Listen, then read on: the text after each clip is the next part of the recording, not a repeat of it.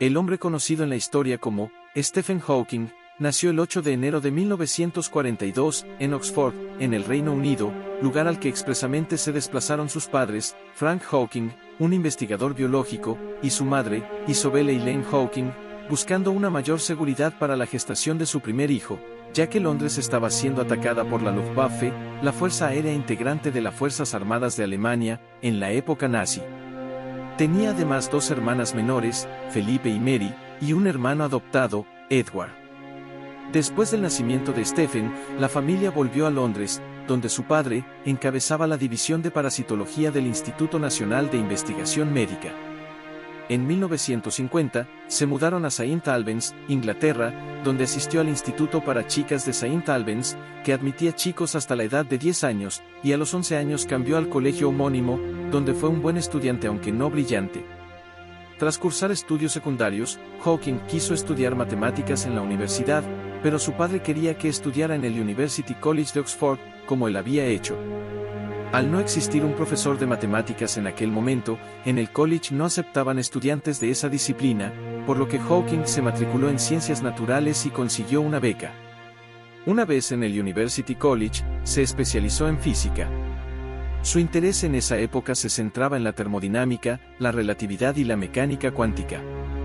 Por esa época era un chico de vida normal, cuyas singularidades eran únicamente su brillante inteligencia y un gran interés por las ciencias. Durante su estancia en Oxford, estuvo en un equipo de remo, deporte que según él mismo, le ayudaba a aliviar su tremendo aburrimiento en la universidad. Después de recibir su título de grado en Oxford en 1962, hizo sus estudios de posgrado en el Trinity Hall de Cambridge. En 1962, conoció a Jane Wilde, una estudiante universitaria en Londres, con quien empezó un noviazgo. Fue durante su relación, un año más tarde, que Hawking recibió un diagnóstico devastador: tenía una enfermedad de la neurona motora que lentamente rompería sus nervios y lo paralizaría. Los médicos predijeron que no viviría para ver su cumpleaños número 25. En 1963, a la edad de 21 años, le diagnosticaron un tipo de enfermedad motoneuronal denominada esclerosis lateral amiotrófica, llamada también ELA. Los primeros síntomas aparecieron durante su estancia en Oxford. Esta enfermedad le haría perder la mayor parte de su control neuromuscular. Los médicos supusieron que la enfermedad iba a acabar con su vida en pocos años, sin embargo, se equivocaron. Naturalmente, la vida de Stephen no fue la misma a partir de entonces, pero sus limitaciones físicas no interrumpieron en ningún momento su actividad intelectual, de hecho, más bien la incrementaron. Durante sus primeros 2 años en Cambridge, no se reconocía a sí mismo, pero después de que la enfermedad se estabilizara y con la ayuda de su tutor doctoral, Dennis William, volvió a trabajar en su doctorado de física. Mientras cursaba su doctorado, se casó con Jane Wilde en 1965, con quien tendría 3 hijos: Robert Hawking, nacido en 1967, Lucy Hawking en 1970, y Timothy Hawking en 1979. Después de obtener el título de doctor en física teórica en 1966, su pasión por el estudio del origen del universo fue en aumento, y sus investigaciones se centraron en el campo de la relatividad general, particularmente en la física de los agujeros negros, descrita por primera vez por Robert Oppenheimer en 1939. Stephen Hawking se planteó la ambiciosa meta de armonizar la relatividad general y la mecánica cuántica, en busca de una unificación de la física que permitiese dar cuenta tanto del universo como de los fenómenos subatómicos. En una colaboración con Brandon Carter, Werner Israel y Robinson, se llevó a cabo un estudio que respaldó el teorema de la calvicie. Este teorema postula que cada agujero negro se puede describir por completo mediante sus propiedades de masa, momento angular y carga eléctrica. Tras analizar emisiones de rayos gamma, Hawking sugirió la formación de diminutos agujeros negros primitivos después del Big Bang. En conjunto con James Bardeen y Brandon Carter, Hawking propuso las 4 leyes de la termodinámica de los agujeros negros, estableciendo una analogía con la termodinámica convencional. Sus estudios sobre los miniagujeros negros lo llevarían a combinar por primera vez la teoría de la relatividad y la mecánica cuántica, para resolver el problema de estudiar estas estructuras de dimensiones muy reducidas y de densidad extraordinariamente elevada, sobre las que no se creía que se pudiese obtener algún conocimiento. En 1974, calculó que los agujeros negros debían de crear y emitir térmicamente partículas subatómicas, lo que actualmente se conoce como radiación de Hawking, hasta que gastan su energía y se evaporan. Hawking publicó en el mismo año, junto con Bernard Carr, la hipótesis de la existencia de agujeros negros primordiales que se formaron por la extrema densidad del universo al inicio de su expansión, que representarían toda la materia oscura en el universo. Hawking exploraba asimismo algunas singularidades del binomio espacio-tiempo. En 1974, Hawking fue designado miembro de la Royal Society, y 3 años más tarde, profesor de física gravitacional en Cambridge, donde se le otorgó la Cátedra Lucasiana de Matemáticas en 1980, que había sido dictada por tan ilustres figuras como Isaac Newton, y más recientemente, Paul Dirac. Hawking continuaría ocupando dicha cátedra hasta su jubilación en 2009. En 1983, Hawking desarrolló en colaboración con James Hartle, un modelo topológico del universo, denominado estado de Hartle-Hawking, según el cual el universo no tendría fronteras en el espacio-tiempo, reemplazando la singularidad inicial de los modelos clásicos del Big Bang, por una región similar del Polo Norte. No se puede viajar al norte del Polo Norte, al no haber un límite.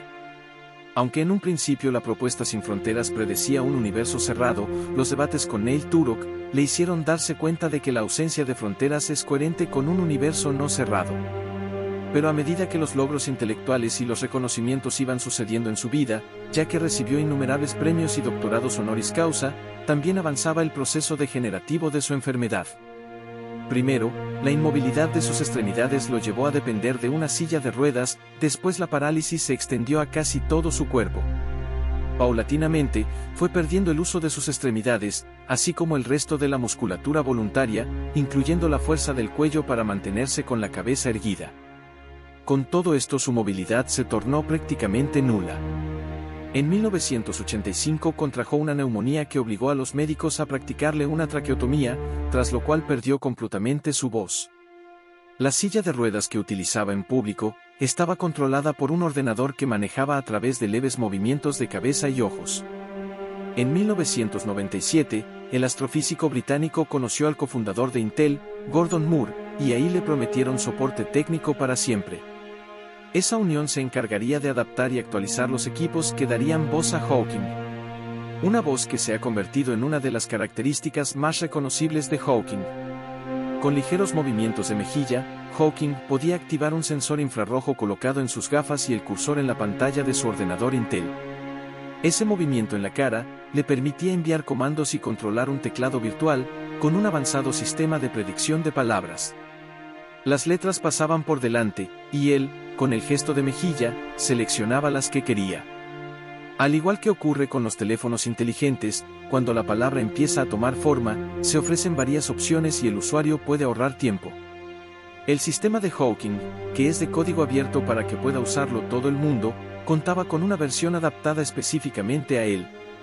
Empleaba una inteligencia artificial que tenía memorizadas sus obras escritas y sus discursos anteriores, para que pudiera hablar con mayor fluidez. Lama Nachman, jefa de ingeniera en Intel, fue la responsable de facilitarle la vida a Stephen Hawking en la última década. Ella misma explicó en un vídeo difundido por la compañía, cómo funcionaba una de las últimas actualizaciones del sistema de comunicación. Su equipo diseñó la plataforma CAT, la cual incorpora sensores de velocidad, acelerómetros, una cámara 3D y un software de predicción de palabras sofisticado, que puede reducir las pulsaciones necesarias para escribir. Después de todos los acontecimientos en su vida, Hawking no se desmoralizó, logró escribir 7 libros y siguió publicando artículos e impartiendo conferencias. Resulta una gran paradoja, sin duda, que un hombre que se involucró plenamente en la tarea de clarificar los conceptos científicos para el público medio, a diferencia de la mayoría de sus colegas, ya que Hawking optó decididamente por la divulgación, tendría que enfrentarse duramente con la dificultad de poder comunicarlos. No obstante, gracias a su empeño y tenacidad, siguió adelante con sus objetivos de comunicación. Por otro lado, su vida personal junto a su esposa Jane, atravesaba por crisis constantemente. La vida en común con Jane no era fácil. A medida que Stephen fue perdiendo movilidad, las cosas se fueron complicando. Jane contó en una ocasión que, al principio, una de las batallas fue lograr que Stephen usara una silla de ruedas. Además de ocuparse de sus hijos, Jane tenía que bañar, vestir y dar de comer a su marido. Una amiga le sugirió que se acercara al coro de la iglesia local para distraerse. Allí conoció a Jonathan Hellier Jones, quien era organista y acababa de quedar viudo hacía un año. Rápidamente él y Jane se volvieron confidentes. Ambos atravesaban situaciones complejas y mutuamente se consolaban. A esta altura, ella sentía que hacer el amor con su marido era una experiencia aterradora y vacía. Su deseo ya no existía porque Hawking tenía las necesidades de un niño y el cuerpo de una víctima del Holocausto. Según Leonid Mlodinow, amigo personal de Stephen Hawking y autor del libro Memoria de una amistad, esas fueron las palabras exactas de Jane. Stephen, por su lado, pensaba que no podía impedirle a Jane tener un amante. Después de todo, ella tenía derecho al amor romántico. Cassie alentó el romance. Aceptó que Jonathan se mudara al departamento de la familia. Jane decía amar a ambos y no quería dejar solo a Stephen, quien a su vez había comenzado una relación con su enfermera, Ellen Mason. La pareja era ya un cuarteto. En sus memorias, el científico explicó: nuestro tercer hijo, Tim, nació en 1979. Después, Jane se deprimió más todavía. Yo temía morir en breve y quería que alguien la mantuviera a ella y a los niños, y además, se casara con ella cuando yo ya no estuviese. Debí oponerme, pero también creí que me moriría pronto y sentí la necesidad de que alguien se ocupara de los chicos cuando yo faltase. Jonathan terminó siendo parte de la familia. A tal punto que muchos especularon que podría ser el padre biológico de Tim, el hijo menor del matrimonio Hawking. Pero Jane y Stephen siempre lo negaron. Jane también justificó el armado de esa rara familia diciendo: no había otra alternativa que seguir adelante. Me sentía comprometida con Stephen y no creía que pudiera arreglársela sin mí. Quería que siguiera haciendo su maravilloso trabajo, y que los niños tuvieran una familia estable, así que seguimos juntos. Años después expresó: sin Jonathan, me hubiese hundido, estaría en el fondo de un río o en una institución mental. Pero la relación con tantos integrantes resultó complicada. Al final, las tempestades domésticas arreciaron con esa moderna idea de convivencia. Los celos y la pérdida de la intimidad en un espacio reducido escribieron el guión perfecto para el desastre. Stephen confesó: fui sintiéndome más infeliz por la relación cada vez más estrecha que existía entre Jane y Jonathan. En 1990, Stephen decidió irse y se mudó a otra casa con su enfermera, Ellen Mason. La relación prosperó y cuando se concretó el divorcio de Jane, en 1995, Stephen y Ellen Mason se casaron legalmente. Esta nueva relación sería muchísimo más compleja que la anterior. En los años que pasó con Ellen, Hawking fue objeto de muchos maltratos. Según Jane, la nueva esposa de su ex era controladora, manipuladora y mandona. Stephen terminó varias veces en el hospital con moretones, arañazos en la cara, cortes en el cuerpo y el labio partido. En una ocasión, Ellen lo dejó en la silla de ruedas bajo el sol, en el día más caluroso del año. Obviamente, Hawking se insoló. Ellen tenía brotes de furia frecuentes, durante los cuales atacaba a su indefenso marido. En uno de esos episodios, le habría roto una de sus muñecas. Esto se sumó a las humillaciones a las que solía someterlo: cuando no le alcanzaba a tiempo la botella para orinar, lo dejaba mojarse entero y lo abandonaba por un largo rato en esas condiciones. Las cosas llegaron a tal punto que, en 2004, Lucy Hawking, hija de Jane y Stephen, denunció a Ellen por maltratos. Pero la víctima, como suele suceder en estas cuestiones, negó los hechos y el caso se cerró. Los amigos de Stephen también observaron abusos. Pocos tenían acceso a la nueva vida de Hawking. Ellen, a quien muchos llamaban el monstruo o la pesadilla, no permitía visitas. Por suerte, el divorcio se concretó en 2006. A lo cual, Ellen declaró cuando se separó: he sido su esclava durante los últimos 20 años. Ya está, ya no puedo más. Stephen Hawking quedó al cuidado de otra enfermera llamada Patricia Dowdy, quien ya estaba trabajando para él desde el 2002. Mientras tanto, ese mismo año, junto con Thomas Hertog, Hawking propuso una teoría basada en la Top-Down Cosmology, según la cual el universo no tenía un único estado inicial y por tanto, los físicos no deben pretender formular una teoría que explique la configuración actual del universo sobre la base de un estado inicial en concreto. Alrededor de 2004, propuso su nueva teoría acerca de las cimas o agujeros negros, un término que por lo general se aplica a los restos de estrellas que sufrieron un colapso gravitacional después de agotar todo su combustible nuclear. Según Hawking, el universo está prácticamente lleno de pequeños agujeros negros, y consideraba que estos se formaron del material original del universo. Acerca del origen del universo, también declaró que, en la teoría clásica de la relatividad general, el principio del universo tiene que ser una singularidad de densidad y curvatura del espacio-tiempo. En esas circunstancias, dejarían de regir todas las leyes conocidas de la física. Dijo que, mientras más examinamos el universo, descubrimos que de ninguna manera es arbitrario, sino que obedece a ciertas leyes bien definidas que funcionan en diferentes campos. Parece muy razonable suponer que haya principios unificadores, de modo que todas las leyes sean parte de alguna ley mayor. Hawking afirmó que debería haber una ley que hace imposible el viaje en el tiempo. Propuso una conjetura de protección de la cronología que excluya el viaje en el tiempo de las leyes de la física, para hacer la historia segura para los historiadores.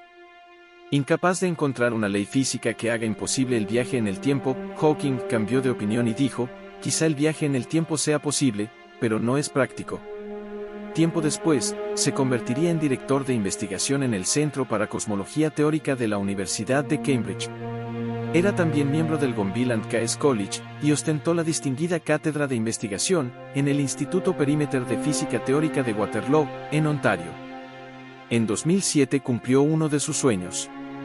Se dio el gusto de experimentar la gravedad cero, durante un vuelo a bordo de un avión Boeing 727 modificado, y propiedad de la compañía Zero Gravity. Hawking se convirtió en la primera persona cuadripléjica en experimentar la gravedad cero.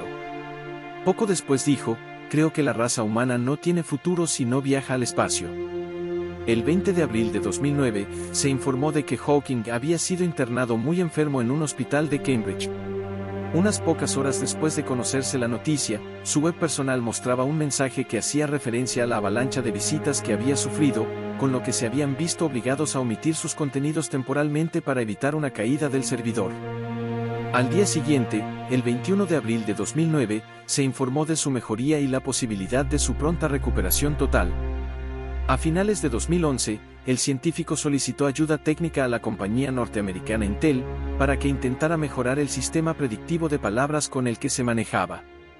En 2014, luego de 3 años de trabajo, los ingenieros de la empresa le presentaron la silla computada que habían creado especialmente para él. Con este nuevo dispositivo, aumentaron 10 veces la rapidez para que Stephen se comunicara. El sensor que tenía en la mejilla era detectado por un dispositivo instalado en sus anteojos, lo que le permitía seleccionar los caracteres de su computadora que, además, tenía una aplicación predictiva de alta calidad. Hoy, el sistema llamado ACAT está disponible para los más de 3 millones de personas en el mundo que sufren esta enfermedad. Cuando su enfermedad había progresado hasta el punto en el que le impedía tragar y había empezado a ahogarse al comer, comenzó una dieta sin gluten, sin lácteos, sin azúcar, sin aceites vegetales y sin alimentos procesados. Complementaba su alimentación con suplementos diarios de vitaminas y minerales, incluyendo ácido fólico, vitamina B12, y otras vitaminas del grupo B, vitamina C, vitamina E, zinc y cápsulas de aceite de hígado de bacalao. Tras un tiempo de iniciada la dieta, empezó a incluir pequeñas cantidades de productos lácteos. En 2016, la enfermera Patricia Dowdy dejó de trabajar para Stephen Hawking, cuando la familia del científico la denunció por conductas inapropiadas. Las autoridades empezaron a investigar la denuncia. Las acusaciones hacia la mujer que lo cuidó durante 15 años eran gravísimas y se mantuvieron en secreto. Finalmente, el 14 de marzo de 2018, a los 76 años de edad, falleció Stephen Hawking en su casa de Cambridge, Reino Unido, según un comunicado divulgado por su familia, cuyo contenido recogen varios medios ingleses. No revelaron la causa del fallecimiento, simplemente mencionaron que murió en paz. Hawking fue un caso excepcional, no solo por ser la persona que más años sobrevivió con la ELA, rompiendo todas las estadísticas, sino también porque su enfermedad parecía haberse quemado, y su progreso frenado, llegando a ser relativamente estable. Por todo ello, se ha convertido en un caso fascinante y desconcertante para los neurólogos. Hawking opinaba que la variedad de ELA que padecía había sido causada probablemente por una deficiente absorción de vitaminas. La historia sobre su vida fue llevada al cine en 2014, cuando se estrenó La teoría del todo, una película que fue protagonizado por Eddie Redmayne, por cuyo papel recibió el premio Oscar al mejor actor.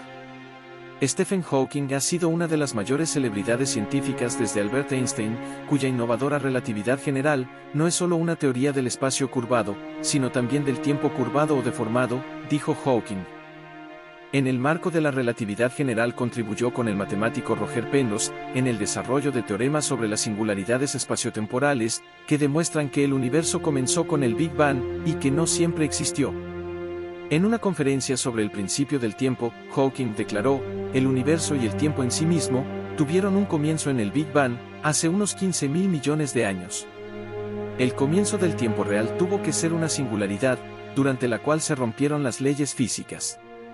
Este interés en las singularidades le llevó a interesarse por los agujeros negros, que podían emitir radiación y eventualmente evaporarse y desaparecer. A mediados de los años 70, postuló que estos fenómenos tienen una temperatura y producen una radiación, conocida como la radiación de Hawking, un descubrimiento que revolucionó la física teórica. Hawking fue el primero que presentó una teoría de la cosmología, explicada por la unión de la teoría general de la relatividad y la mecánica cuántica. Hawking trabajó en las leyes básicas que gobiernan el universo. Hawking adoptó que, desde el punto de vista positivista, según el cual una teoría física es solamente un modelo matemático, y no tiene sentido preguntar si se corresponde o no con la realidad. Todo lo que uno puede pedir es que sus predicciones concuerden con la realidad. Incluso, si hay solo una teoría unificada posible, se trata únicamente de un conjunto de reglas y de ecuaciones. El método usual de la ciencia, de construir un modelo matemático, no puede responder a las preguntas de por qué debe haber un universo que sea descrito por el modelo. Basándose en que lo que se sabe de la física moderna, hace difícil defender al realismo y el punto de vista de David Hume, de que no queda otra opción que actuar como si la realidad fuera verdadera, por lo que, carece de sentido preguntar si un modelo es real o no, solo tiene sentido preguntar si concuerda o no con las observaciones, derivándose de que si hay dos modelos que concuerden con las observaciones, no se puede decir que uno sea más real que otro, y que se podría usar el modelo más conveniente de acuerdo a la situación considerada. En cuanto al término modelo, se consideraría satisfactorio, si es elegante, contiene pocos elementos arbitrarios o ajustables, concuerda con las observaciones existentes, proporciona una explicación de ellas, y realiza predicciones detalladas sobre observaciones futuras, que permitirán refutar o falsar el modelo si no son confirmadas. En el libro llamado Una breve historia del tiempo, de 1988, el astrofísico señalaba que, si llegamos a descubrir una teoría completa, sería el triunfo definitivo de la razón humana, porque entonces conoceríamos la mente de Dios. En su discurso público de divulgación científica, Stephen Hawking utilizó repetidamente la palabra Dios, pero explicó que lo hacía en sentido meramente metafórico, diciendo: no soy religioso en el sentido normal de la palabra. Creo que el universo está gobernado por las leyes de la ciencia. Esas leyes pudieron haber sido creadas por Dios, pero Dios no interviene para romper las leyes. En 2010, el científico aseguró en su libro, El gran diseño, que la física moderna descarta a Dios como creador del universo, tal como en el pasado lo hizo el darwinismo, que echó por tierra las ideas de Dios como creador de los seres vivos. Según extractos de su libro, El gran diseño, Hawking afirmó en una nueva serie de teorías que no era necesario pensar en la existencia de un creador del universo, que Dios no creó el universo y que el Big Bang fue la consecuencia inevitable de las leyes de la física. Dado que existe una ley como la de la gravedad, el universo pudo y se creó de la nada. La creación espontánea es la razón de que haya algo en lugar de nada, es la razón por la que existe el universo, de que existamos. No es necesario invocar a Dios como el que encendió la mecha y creó el universo. La publicación de los extractos del libro, escrito junto a Leonard Mlodinow, El gran diseño, en los que manifestó básicamente que Dios no creó el universo, causó una fuerte polémica y críticas por parte de los representantes de numerosas religiones. Fue en este contexto que, durante el año 2014, en una entrevista realizada por el diario El Mundo, aclaró su postura con respecto a la religión y despejó cualquier duda sobre su ateísmo. Fue claro en señalar que era ateo y que consideraba incompatibles la ciencia y religión, También menciono que, en el pasado, antes de que entendiéramos la ciencia, era lógico creer que Dios creó el universo. Pero ahora la ciencia ofrece una explicación más convincente. Lo que quise decir cuando dije que conoceríamos la mente de Dios, era que comprenderíamos todo lo que Dios sería capaz de comprender, si acaso existiera. Pero no hay ningún Dios. Soy ateo. La religión cree en los milagros, pero estos no son compatibles con la ciencia. También, Stephen Hawking era de ideas disruptivas. Entre otras cosas dijo, la raza humana tendrá que salir de la Tierra si quiere sobrevivir, que es el momento de explorar otros sistemas solares. Expandirnos puede ser lo único que nos salve de nosotros mismos, y solo somos una raza avanzada de monos, en un planeta menor de una estrella mediocre. Pero podemos entender el universo, esto nos convierte en algo especial. Por otro lado, sostuvo que, si los extraterrestres nos visitan algún día, creo que el resultado será parecido a cuando Cristóbal Colón desembarcó en América, un resultado nada positivo para los nativos. Sobre su discapacidad expresó, nadie puede resistir la idea de un genio lisiado, y no puedes permitirte estar discapacitado en espíritu, a la vez que físicamente, la gente no tendrá tiempo para ti, si siempre estás enfadado o te quejas. Aseguró que la muerte no era algo que lo aterrara, especialmente porque vivía con la perspectiva de una muerte temprana desde hace 49 años. No tengo miedo a morir, pero tampoco tengo prisa. El universo nos regaló más tiempo del esperado con Stephen Hawking. Murió el 14 de marzo de 2018, a los 76 años, habiendo logrado desafiar, con su cuerpo y con su mente, las leyes de la ciencia. Y ahora, ¿usted qué opina de Stephen Hawking? Fue el mejor astrofísico que desafió las leyes de gravedad, tiempo y espacio, e incluso llegando a negar categóricamente la existencia de Dios. ¿O solo fue un hombre asombrosamente inteligente, que fue víctima de múltiples abusos? Háganoslo saber en la sección de comentarios, no olvides darle like y suscribirse. Mientras tanto, muchas gracias por vernos, nos vemos en el siguiente video de personajes de la historia.